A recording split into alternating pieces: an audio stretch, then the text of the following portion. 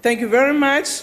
The next order is the motion on the order paper, which is on the name of the Chief Whip of the Opposition, Honorable Steenhuisen.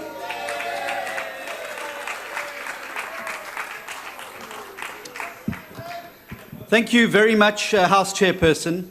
The ancient Greek titan Prometheus is legend to have said, and I quote, "Whom the gods seek to destroy, they first make mad," unquote. And what madness we have witnessed in this House. A president who sold his country to foreigners, who stripped the country not only of its money and resources, but who have snatched away opportunity from the desperate hands of the poor and most vulnerable in our society. The mother whose sheer desperation forces her to feed her children every night on grass and sugar water. This is madness. All the while, the president and his family have gotten richer, obscenely richer. The President of the Republic has sacrificed the future of our nation's children on the altar of the Guptas only to selfishly secure his own future. This is madness. And our economy has been pushed to breaking point. Thievery by day, maneuvering by night. Finance ministers pushed out under the cover of darkness. Their high crimes and misdemeanors, trying to put the economy and the people of South Africa first, and to keep the rabid wolves of state capture away from the doors of the people's treasury. This is madness. A Minister of Finance with no plan whatsoever to rescue our free-falling economy, other than to slavishly execute, like some beaming Lord Baelish, the orders of his mad king.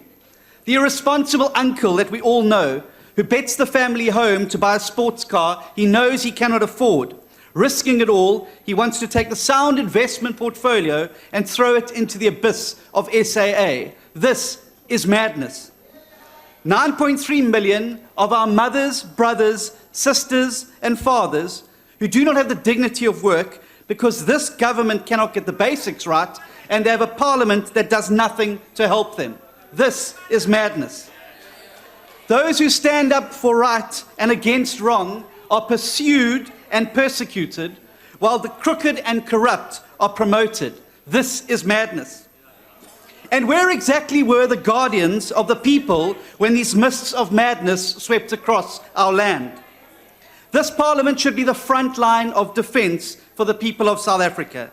Instead, at every twist, test, and turn, it has chosen president over people, party over principle, executive over example, and collusion over constitution. We saw it happen with Nkandla. We saw it happen when the Constitutional Court made their damning judgment.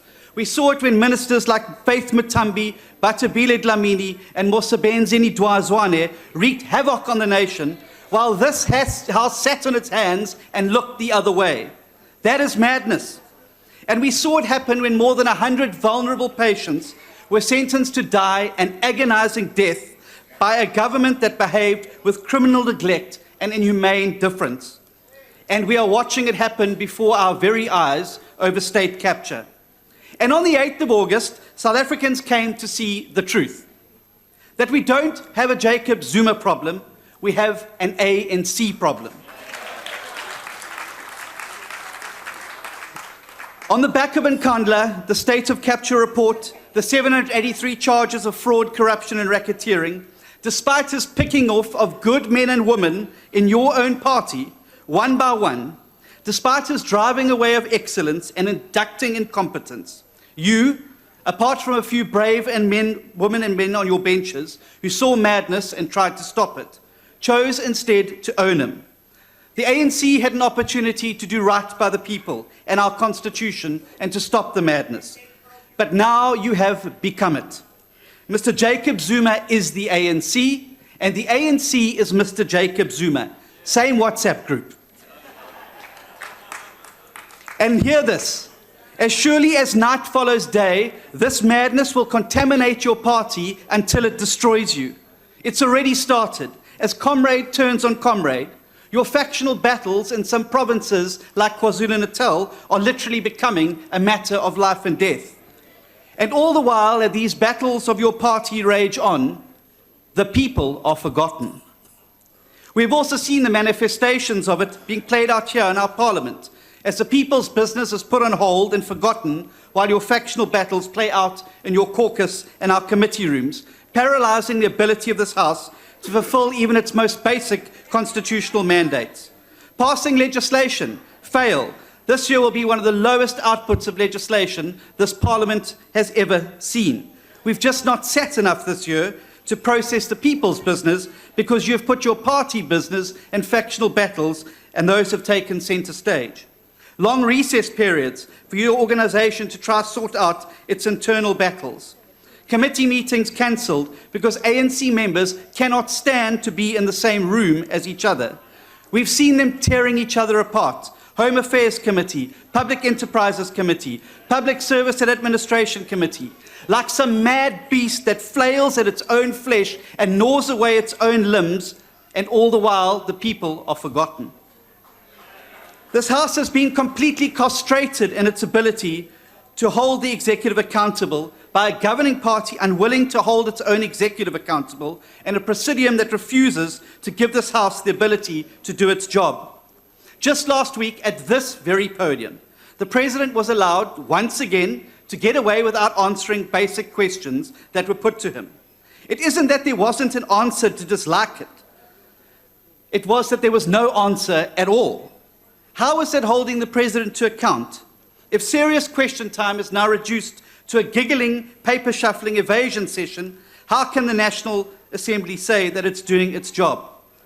And yet, the truth is, as Sophocles said, and I quote, "What joy is there in day that follows day, some swift, some slow, with death the only goal," unquote. And yet that is the living reality for so many of our forgotten citizens under this government. The mother in abject poverty in Mount Aleph, the young school leaver in Kimberley who has given up hope of finding a job and whose only escape from this is tick. These citizens and millions like them should be this government's obsession. But they are not.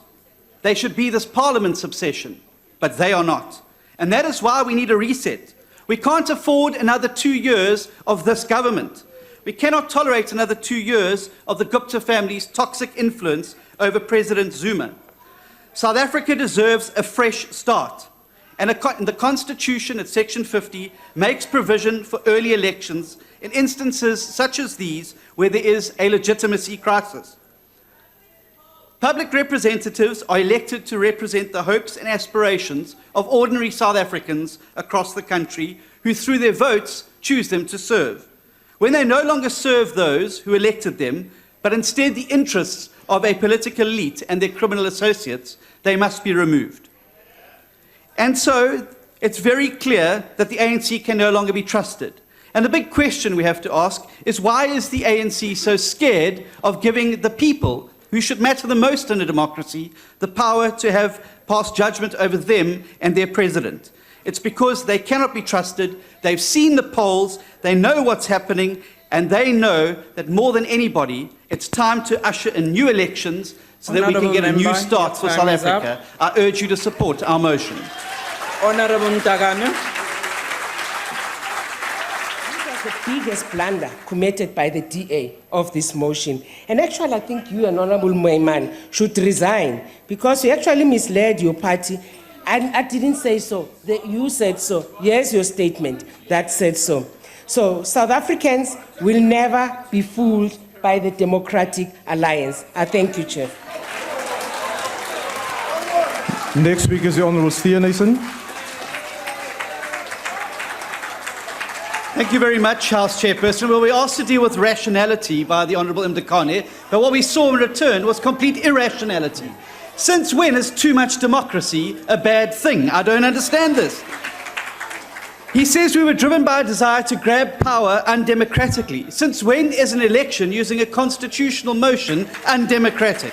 The truth of the matter is, this side of the House is terrified of an early election. Absolutely terrified. And they talk about us having to do some praying. Let me tell you something, that anybody who's in the business of knee pads would make a fortune with all the praying that's going on these benches, because they know they're not coming back at the next election, and those of you that do will be sitting on this side of the House.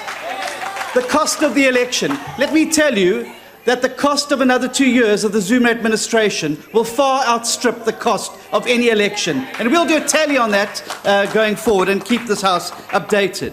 The IEC. Well, you want to give the IEC another 2 years to see how much further they can deploy cadres and how much more rigging can be done. I have a confession to make. A confession. This was not an original motion. Not an original motion at all. Honorable Steenhuisen, will you take a seat, please? Can a member take a question? Why are you rising, Honorable Member? I'm rising to check if a member is ready to take. Honorable Steenhuisen, can you take a question? Don't take questions from councillors. The member is not prepared to take Who a gave you question. Please permission take to- your seat. Continue, Honorable On a Steenhuisen. point of order, Chair. What is the point order? The chief whip of the opposition has just referred to the member of this parliament as a councillor. I don't think that it is parliamentary. Honorable order. Order. Rule 84. Order, honorable members. Honorable Steenhuisen, let us refer to each other in an honorable way. All members here are members of parliament. There's no councillors here. I thought she does counselling for the caucus. They need it. To say that this wasn't an original motion. In fact, in November last year and February this year, the leader of the EFF, Mr. Julius Malema, called for early elections. They were not possible at that time constitutionally. The same with the UDM's leader, Mr. Bantulamisa, called for Parliament to be dissolved and early elections. It's not a new idea. But my fellow members of the 5th Parliament, let us remember that this day, the 5th of September 2017, was a day that this House had an opportunity to strike out and draw a line and stop the madness. But it's done what it's done for the last 2 years. Stand up, fold its hands, and turn its back on the people of South Africa. But know this, the people will bring change, and as that great spiritual hymn said, we are not afraid and we shall overcome. Thank you. Order, honorable members.